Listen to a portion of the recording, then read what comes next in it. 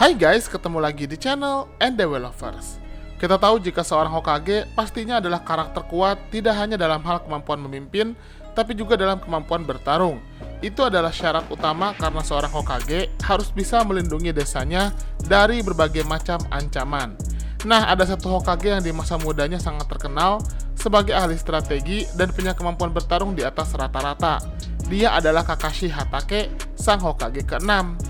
Kakashi bahkan jadi salah satu kapten yang memimpin aliansi shinobi di Perang Dunia Shinobi keempat. Namun setelah Kakashi kehilangan Sharingan-nya, banyak yang menduga jika Hokage ke-6 ini menjadi sangat lemah. Tapi benarkah itu? Ternyata salah. Justru Kakashi malah semakin kuat dan di usianya yang sudah tidak muda lagi, dia malah pernah melawan 300 shinobi seorang diri dan memenangkannya. Bagaimana bisa? Kali ini kita akan bahas. Tapi sebelum lanjut, jangan lupa untuk klik tombol subscribe bagi yang belum subscribe dan klik tombol like serta share video ini di semua sosmed teman-teman. Let's check it out.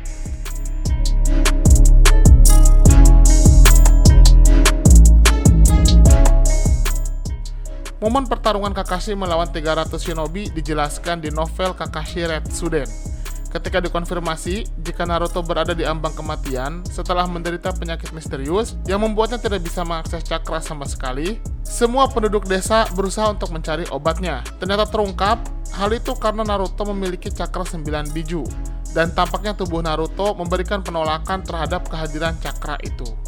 Semakin hari terlihat sekali tanda-tanda Naruto dalam keadaan yang semakin buruk, bahkan Naruto berada di ambang kematiannya. Melihat hal itu, Kakashi tentu tidak mau diam saja. Dia berusaha mencari tahu tentang kondisi Naruto. Ternyata informasi pun disampaikan oleh Kurama. Kurama mengatakan jika Rikudo Sennin mengalami kondisi persis seperti Naruto di masa lalu. Saat itu Rikudo Sennin atau Hagoromo Otsutsuki pergi ke suatu tempat di negeri Redaku dan bertemu seorang ahli astronomi bernama Jamal Tatar. Bersama dengan Tatar, Rikudo Sennin menemukan obat untuk penyakitnya dan akhirnya dia pun sembuh, malah menjadi jauh lebih kuat lagi. Mendengar hal itu, Kakashi pun langsung bertolak ke negeri Redaku.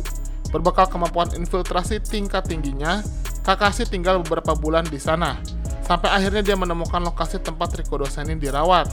Lokasi itu adalah laboratorium Tatar yang kemudian ditelusuri secara mendalam oleh Sasuke di cerita Sasuke Retsuden. Nah, selain memperoleh informasi itu, Kakashi juga mendapatkan fakta jika Ratu Manari, Ratu Negeri Redaku, ternyata sedang menyiapkan pasukan dan persenjataan lengkap. Ratu Manari bekerjasama dengan Perdana Menteri Redaku, berencana menginvasi 5 negara besar untuk menunjukkan eksistensi mereka. Bahkan Redaku menyimpan satu senjata pemberian dari Rikudo Sennin yang bernama Shuigu. Senjata itu berbentuk tongkat emas yang memiliki cincin. Shuigu punya kemampuan untuk memunculkan air dalam jumlah tidak terbatas.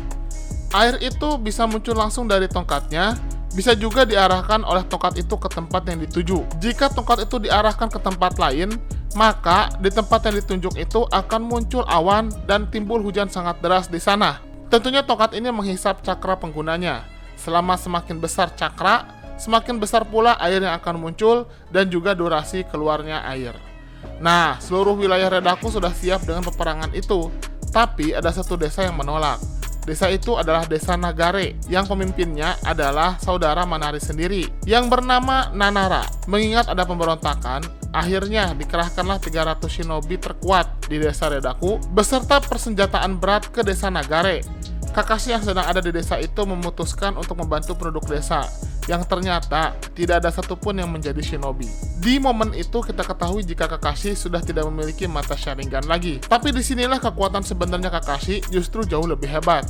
Di hari pertama penyerangan, Kakashi pun mulai menunjukkan kekuatannya dengan membuat dinding tanah yang sangat besar dan sangat tinggi dengan teknik Doton Doryu Heki. Ini adalah dinding terbesar yang dibuat Kakashi selama ini.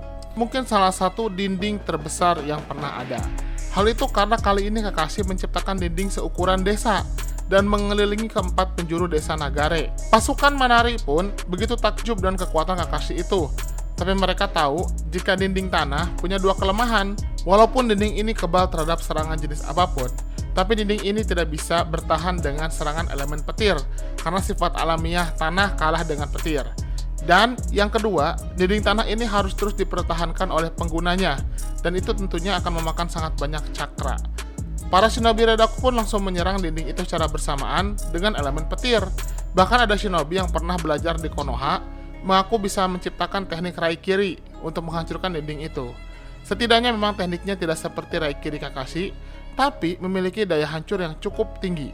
Serangan elemen petir bersamaan itu harusnya bisa menghancurkan dinding raksasa itu, tapi ternyata dinding itu tidak goyah sama sekali. Ketika bagian dalam dinding terkelupas, terungkap jika ternyata ada lapisan kaca dari batu kuarsa yang melapisi dinding bagian dalam. Dan kaca punya sifat isolator petir, yang bisa mengisolasi kekuatan petir sebesar apapun, sehingga walaupun diserang oleh serangan petir sekuat apapun tidak akan mempan. Kakashi pun menjelaskan kepada Nanara jika sekarang dia sudah memiliki kemampuan baru, di mana dia bisa memanipulasi atom. Setelah Kakashi kehilangan mata Sharingan-nya, Kakashi berusaha mencari kekuatan pengganti, dan dia menemukan fakta jika ternyata atom sendiri bisa diubah ukuran dan strukturnya dengan cakra tubuh. Jadi cakra tidak hanya bisa memanipulasi elemen, tapi juga atom yang ada di alam. Dengan kemampuan ini Kakashi bisa mengubah susunan atom dan menciptakan elemen apapun yang diperlukan. Di sisi lain, para shinobi Redaku yang berjumlah 300 orang masih belum menyerah. Mereka menyerang dengan jutsu terkuat mereka, tapi dinding itu masih tidak goyah sama sekali. Bahkan dengan bantuan persenjataan canggih dan berat sekalipun, dinding Kakashi ternyata tidak bisa digoyahkan sama sekali. 300 shinobi itu pun memutuskan untuk menunggu Kakashi kehabisan cakra, dan dinding itu runtuh dengan sendirinya. Mereka memperkirakan dinding besar, tebal, dan kuat itu palingan hanya akan bertahan paling lama 1 jam saja. Ternyata dugaan mereka salah. Sampai matahari terbenam, sampai malam sekalipun, dinding itu masih kokoh berdiri. Di sini terbukti jika kali ini cakra Kakashi ternyata sangat besar. Para shinobi ini pun memutuskan untuk berkemah di luar desa dan mereka menunggu momen dinding Kakashi runtuh.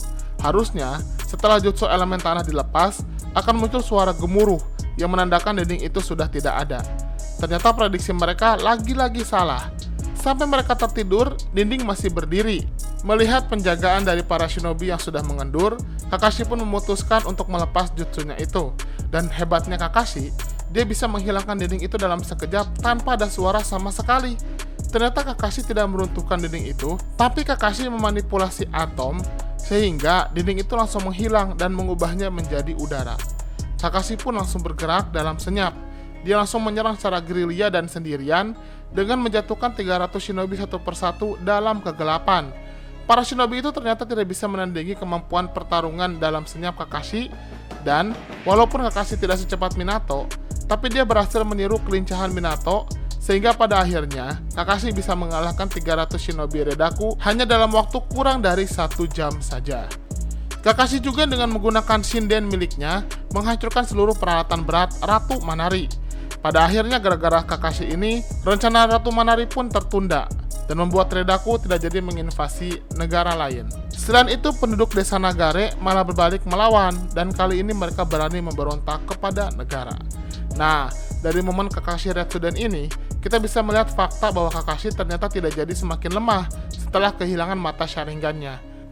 Memang, tanpa mata Sharingan-nya, Kakashi tidak bisa lagi meniru jutsu, mengaktifkan Kamui, dan juga menggunakan jutsu Sharingan lainnya. Kakashi juga tidak bisa menggunakan teknik andalannya yaitu Chidori dan Raikiri. Tapi Kakashi ternyata bisa menggali potensi yang lain. Terkait cakra Kakashi, ternyata terungkap jika selama ini cakra Kakashi memang sedikit, tapi itu bukan karena batasan tubuh Kakashi, melainkan karena mata Sharingan Obito sebenarnya tidak cocok dengan Kakashi, sehingga mata itu tidak bisa dinonaktifkan. Akibatnya setiap saat Sharingan itu terus mengonsumsi cakra Kakashi, sehingga cadangan cakranya pun tidak tersisa banyak untuk bertarung. Nah, setelah mata Sharingannya tidak ada, Kakashi justru memiliki cadangan cakra yang berlimpah, walaupun tidak sebesar cakra Uzumaki.